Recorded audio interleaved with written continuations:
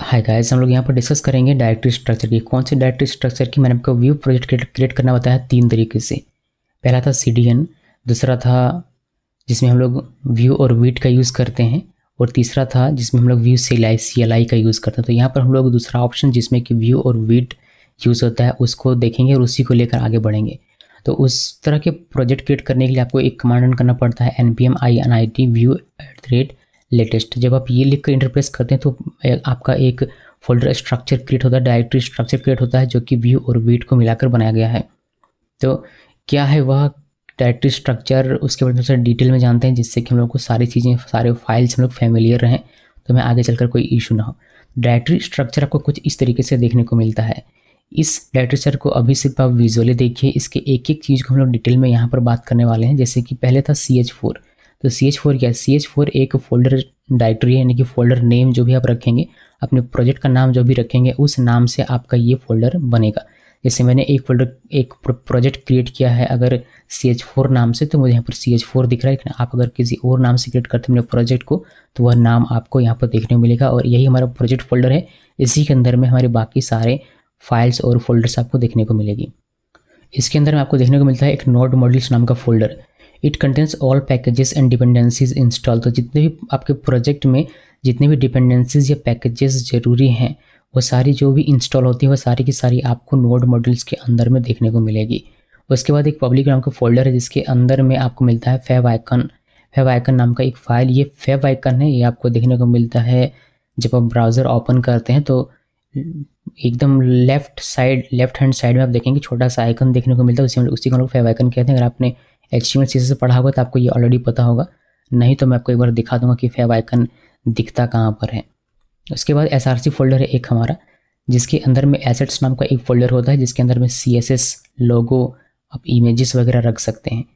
तो इसमें फिलहाल के लिए एक लोगो है, logo.svg, जो कि व्यू का लोगो है, बाय डिफ़ॉल्ट ये हमें मिलता है। उसके बाद main.cs फाइल रहता है, जिसमें कि जो app.view हमारी एक फ़ाइल है, पेरेंट कंपोनेंट जिसे हम लोग कहते हैं, उससे रिलेटेड जो भी CSS होता है वह सारा इसके अंदर में रहता है। इसमें जो भी CSS होता है वो ग्लोबली होता है, नहीं कि किसी भी कंपोनेंट में आप इसका यूज़ कर सकते हैं, और इसको हमारे मेन एंट्री फाइल में इंपोर्ट किया जाता है, वो हमको दिखाना होगा कुछ देर में। भी कुछ और CSS फाइल आपको इसके अंदर में देखने को मिले, जैसे base.css, तो उतना वो मायने नहीं रखता कि इसके अंदर में क्या है क्या नहीं है। आप उसको डिलीट कर सकते हैं और अपना खुद का बना सकते हैं। बट एसेट्स के अंदर में आप इमेजेस रख सकते हैं, आप एक्सटर्नल CSS की फाइल्स रख सकते हैं। इस तरीके की चीज़ें जो होती हैं आप एसेट्स के अंदर में रख सकते हैं। उसके बाद SRC के अंदर में एक और फोल्डर होता है कंपोनेंट्स नाम का। इसके अंदर में आपको कंपोनेंट्स मिलती है। कंपोनेंट्स नाम के फोल्डर के अंदर में भी आप फोल्डर क्रिएट कर सकते हैं अपने कंपोनेंट्स को सेपरेट करने के लिए, और इसमें more than one component file आप क्रिएट कर सकते हैं। मैंने फिलहाल के लिए अभी सिर्फ एग्जाम्पल पर्पज़ के लिए यहाँ पर hello world.view एक ही कंपोनेंट का फाइल लिखा हुआ है, लेकिन आपको मोर देन वन जनरेट होकर मिलेगा जब आप प्रोजेक्ट को क्रिएट करेंगे तब। बट ये उतना ज़्यादा मायने नहीं रखता, क्योंकि कंपोनेंट्स फोल्डर के अंदर जितने भी हमारे कंपोनेंट्स होते हैं या फोल्डर होते हैं, उसको हम लोग सभी को डिलीट कर देते हैं और अपना खुद का कंपोनेंट फाइल क्रिएट करते हैं और अपने खुद के कंपोनेंट्स इसमें बनाते हैं अपने प्रोजेक्ट के अकॉर्डिंग। उसके बाद आपको मिलता है इसमें app.view। ये हमें SRC फोल्डर के अंदर मिलता है। ये एक फाइल है app.view, इसको पेरेंट कंपोनेंट कहते हैं, यानी कि जितने भी कंपोनेंट आपके हैं उनका ये पेरेंट होता है। अल्टीमेटली यही पेरेंट उसका बनता है, भले ही डायरेक्ट ना बने, बट अल्टीमेटली पेरेंट यही बनेगा।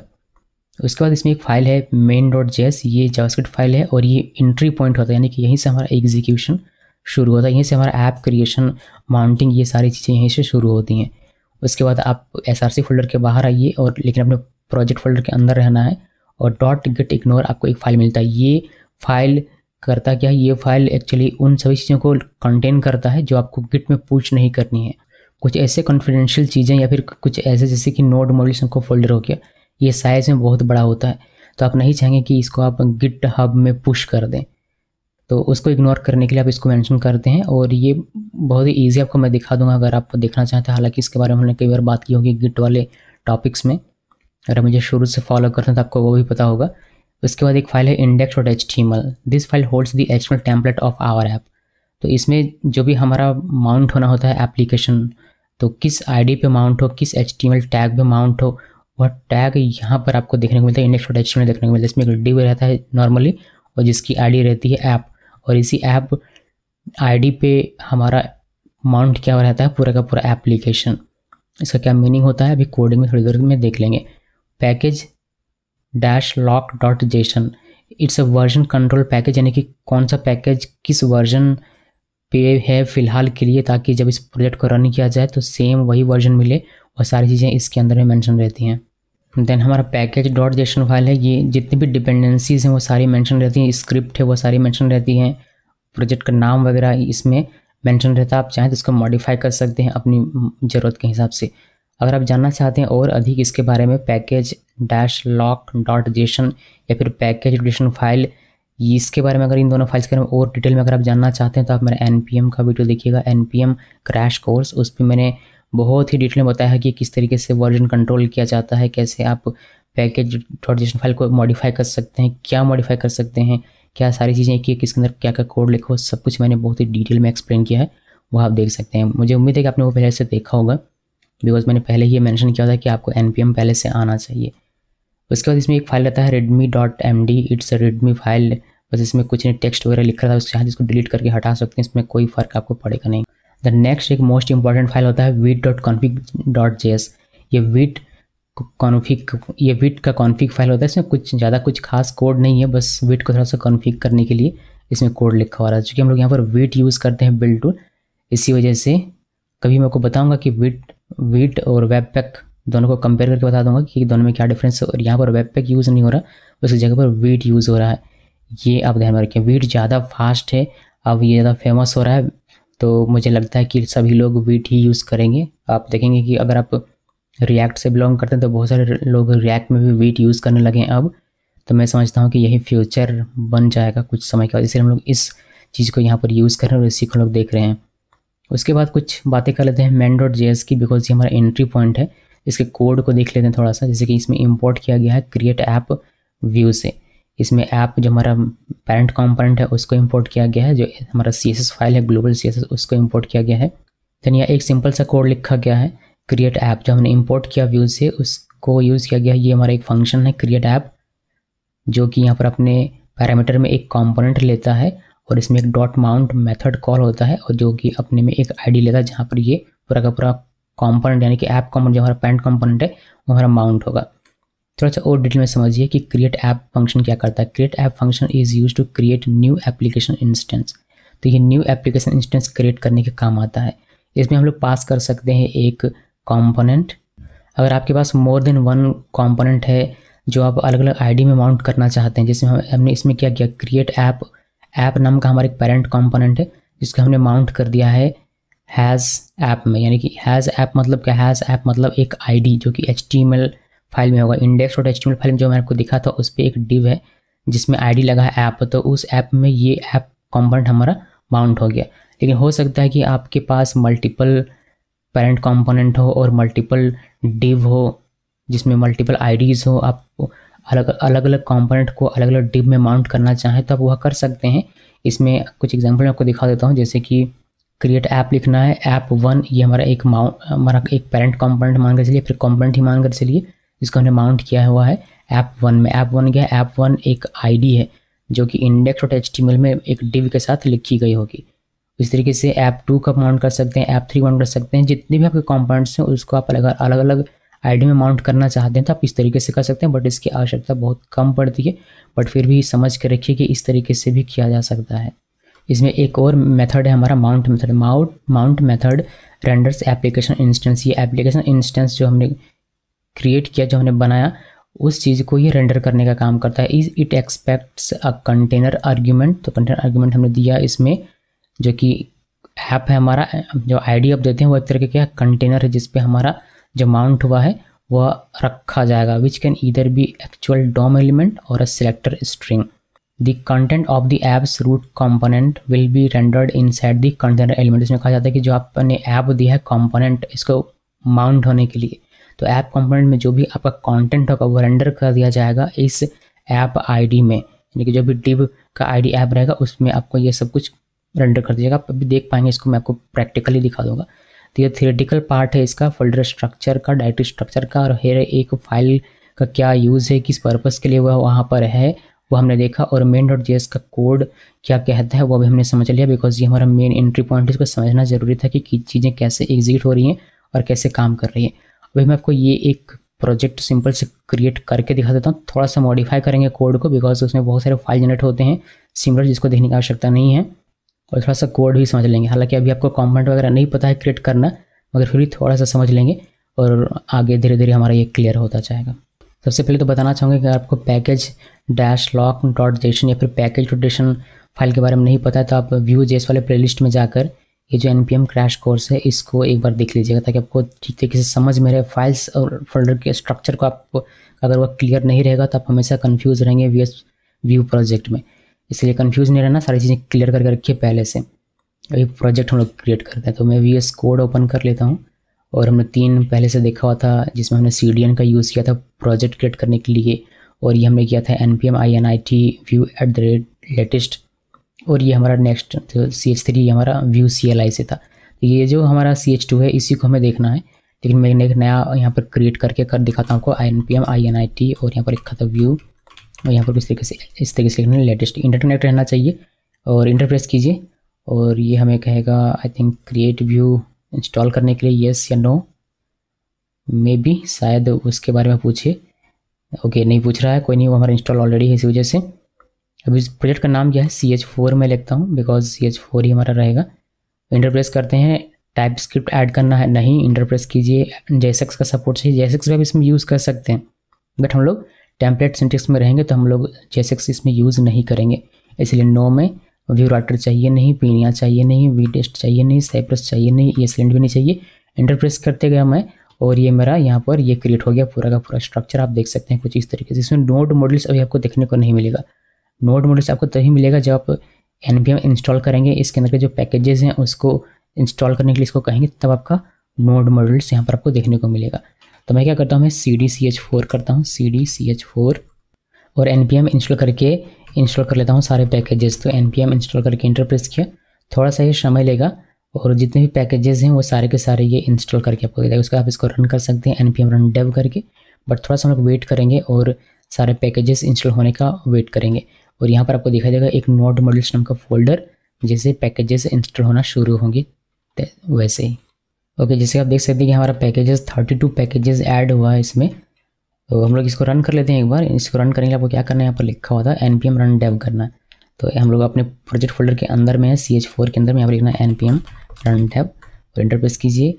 और ये हमारा इस होस्ट पे, लोकल होस्ट पे, इस पे हमारा रन करा। इसको हम लोग ओपन करते हैं। देखिए हमारा ये कुछ इस तरीके से दिखाई देता है अभी के लिए। तो ये एक डिफ़ॉल्ट टेम्पलेट है जो कि हमें यहाँ पर देखने को मिल जाता है।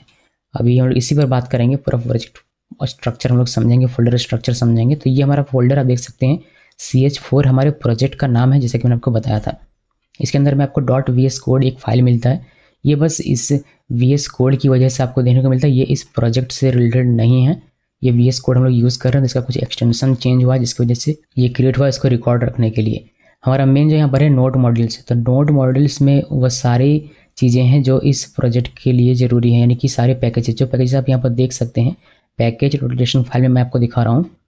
यहाँ पर नेम है, वर्जन है कि कौन सा आपके ऐप का क्या वर्जन है वो आप यहाँ पर चेंज कर सकते हैं। आपके प्रोजेक्ट फोल्डर का नाम दिख रहा है।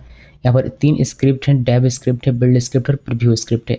जब आपको डेव सर्वर में रन करना हो तो आप इसका यूज़ करते हैं npm रन dev लिखकर, तब ये एग्जीक्यूट होता है बिहाइंड द सीन। अगर आपको बिल्ड क्रिएट करना है इस प्रोजेक्ट का तो आप npm रन बिल्ड करेंगे तो आपको वीट बिल्ड रन होगा और आपको ये बिल्ड स्ट्रक्चर क्रिएट करके दे देगा यहीं पर कहीं मे बी टेस्ट नाम के फोल्डर में।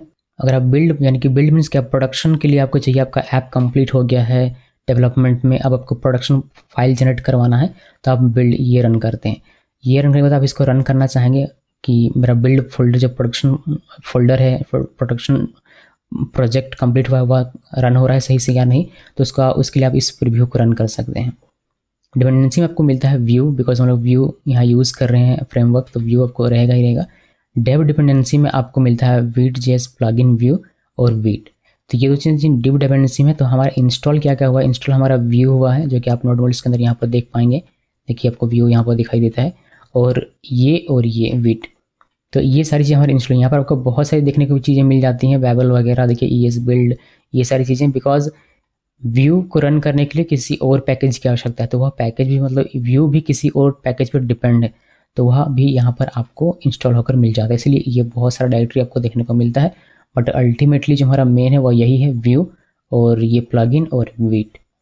ये 3 चीज़ें हमारी इंस्टॉल हुई है और यहीं से हमारा ये इंस्टॉल होता है। जब हम लोग npm इंस्टॉल करते हैं तो यहीं से ये पता लगाता है कि क्या डिपेंडेंसी मुझे इंस्टॉल करनी है और उसको इंस्टॉल करके इस नोड फोल्डर के अंदर में रखता है।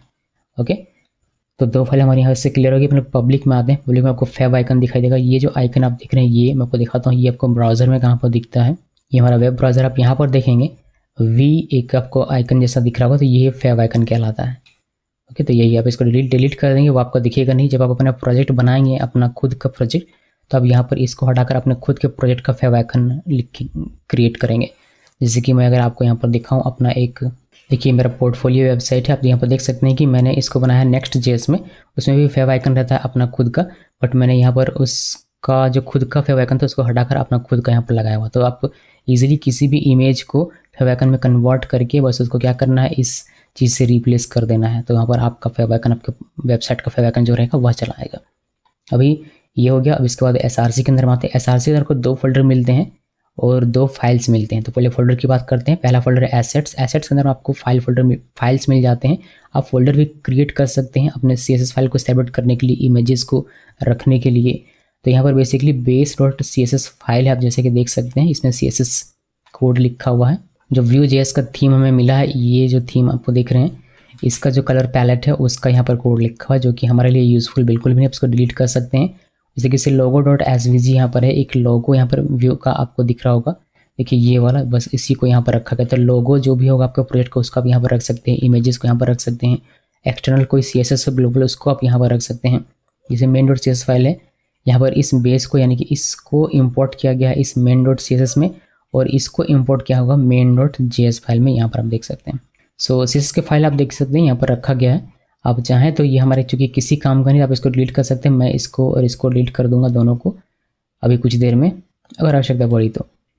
इसको क्लोज करते हैं। नेक्स्ट हम लोग आते हैं, दूसरा हमारा फोल्डर है कंपोनेंट्स फोल्डर। इसके अंदर आप देखेंगे बहुत सारे इसने फाइल क्रिएट किए हुए हैं अपने इस टेम्पलेट के लिए, बहुत सारे कंपोनेंट बनाए हुए हैं। तो इतना हमें देखने की आवश्यकता नहीं, बस हम लोग एक देख लेते हैं इसमें। देखिए इसमें अपना फोल्डर भी बनाकर इसको सेपरेट कर सकते हैं अपने कंपोनेंट्स को, जो कि इसने किया हुआ है।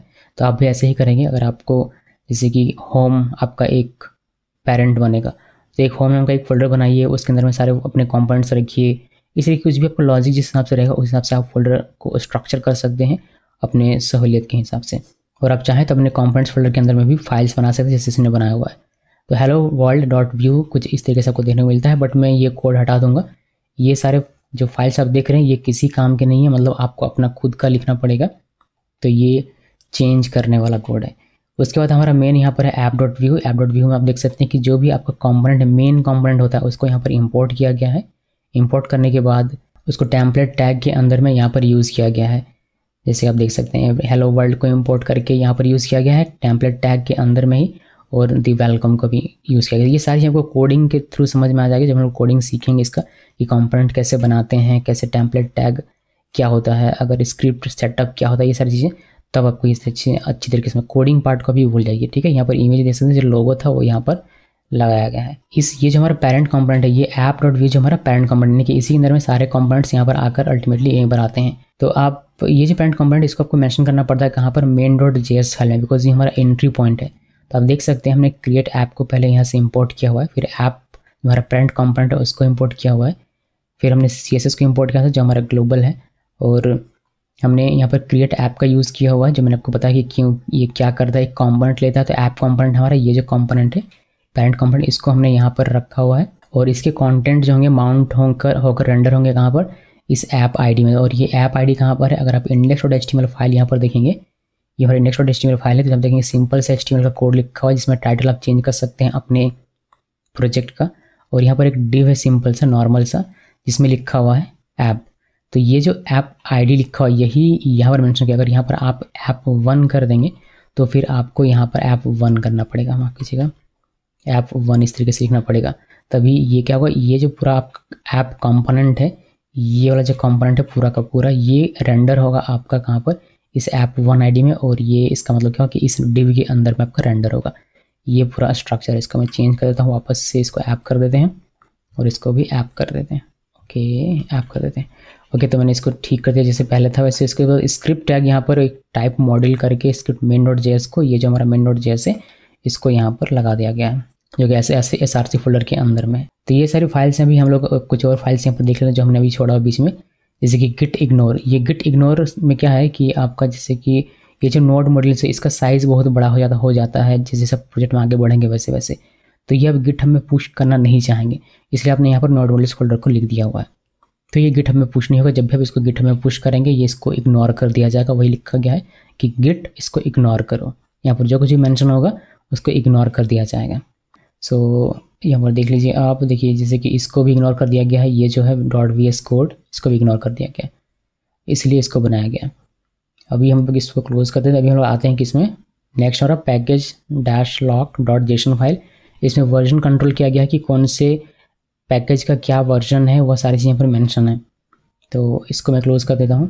पैकेज वर्जन फाइल के बारे में मैंने आपको बता दिया कि इसमें प्रोजेक्ट का नाम, आपके प्रोजेक्ट का वर्जन, कुछ स्क्रिप्ट डिपेंडेंसीज, डेप डिपेंडेंसीज, सारी चीज़ें यहाँ पर मेंशन रहती हैं। रेडमी फाइल किसी काम का नहीं, आप इसको चाहें तो आप इसको डिलीट कर सकते हैं, बट कुछ नोट्स अगर आपको लिखना हो जब आप इसको पुश करेंगे गिटहब में तो ये आपका हाईलाइट होकर दिख जाएगा। अगर आप चाहें तो इसको एडिट कर सकते हैं, लिख सकते हैं या फिर इसको डिलीट भी कर सकते हैं। तो हमारा wid.config.js फाइल है।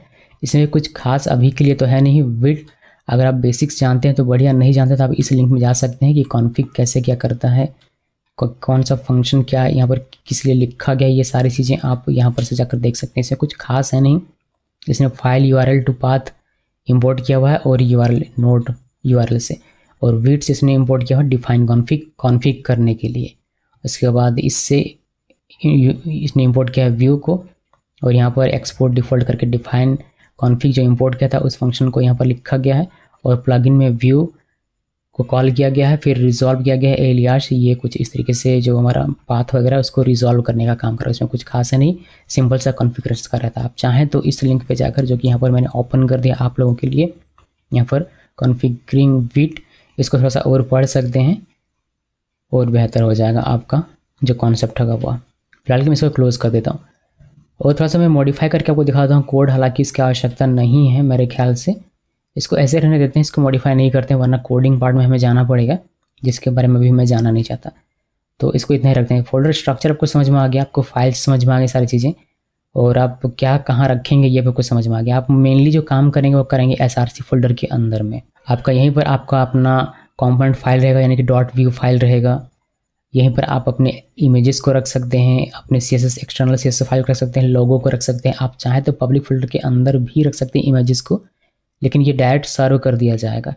तो आप चाहें तो इसके अंदर में भी, पब्लिक फोल्डर के अंदर में भी इमेजेस को रख सकते हैं। जब हम लोग कोडिंग करेंगे तो हम लोग को धीरे धीरे समझ जाएंगे। ओके, सो ये था पूरा फोल्डर स्ट्रक्चर। व्यू और विड जब यूज़ करेंगे तब हमारा जो फोल्डर स्ट्रक्चर क्रिएट होता है उसके बारे में हमने यहाँ पर जानकारी ली। उम्मीद करता हूँ कि ये सारी चीज़ें आपको अच्छे तरीके से समझ में आ गई होगी। इस वीडियो को देखने के लिए आप सबका बहुत बहुत धन्यवाद।